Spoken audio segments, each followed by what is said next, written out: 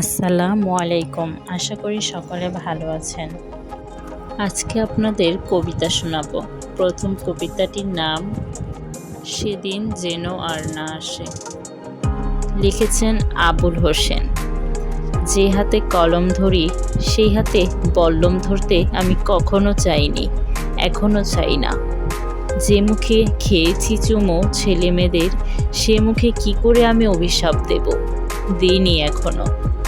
যে চোখে দেখেছি পাখিদের উড়াউড়ি, শিশুদের খেলা, পড়েছি কবিতা, সে চোখে আগুন জড়াতে চাইনি কখনো। তবুও যদি কোনোদিন অস্ত্র ধরতে হয়, সকলের আগে গিয়ে আমি তা নিঃশব্দে তুলে নেব। যদি অভিশাপ না দিয়ে উপায় নাই থাকে, বোমার মতন গর্জে উঠবে আমার সরু গলা। ঘৃণার আগুন যদি দরকার হয়, আমার দু চোখ দিয়ে কামানের গোলা বের হবে। সেদিনকে যেন কখনো আসতে না হয়। দ্বিতীয় কবিতাটির নাম তুমি ডাকছো। লিখেছেন তারাপদ রায়। রাখাল শিশুর হাতে তুমি তুলে দিয়েছিলে তলোয়ার। তুমি আমার সেই স্বপ্ন, তুমি আমার বাংলাদেশ। মজা নদীর পাশে পুরো ভিটোয় পড়া চৈত্রে।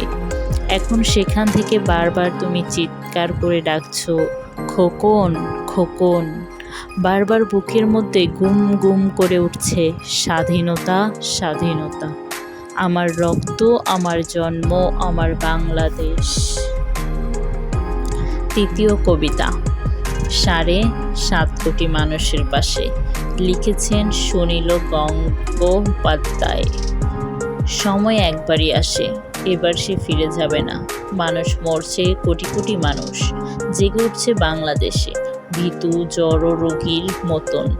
শত্রুর মুখে এখন চিৎকার, প্রলাপ, কামান বন্দুককে উপহাস করে এগিয়ে যাচ্ছে মুক্তি সেনানী। মূর্খ জল্লাদ এবার ভাগো, জেগে উঠছে বাংলাদেশ। 7.5 কোটি মানুষের পাশে আমরাও আছি, আমরাও ওদের পাশে দাঁড়াবো। কিছু দিনের জন্য কলম ফেলে রেখে তুলে নেব তলোয়ার। এই হলো আমার 3টি কবিতা। আশা করি আপনাদের সকলের ভালো লেগেছে। ভালো লাগলে অবশ্যই লাইক, কমেন্ট এবং শেয়ার করতে ভুলবেন না।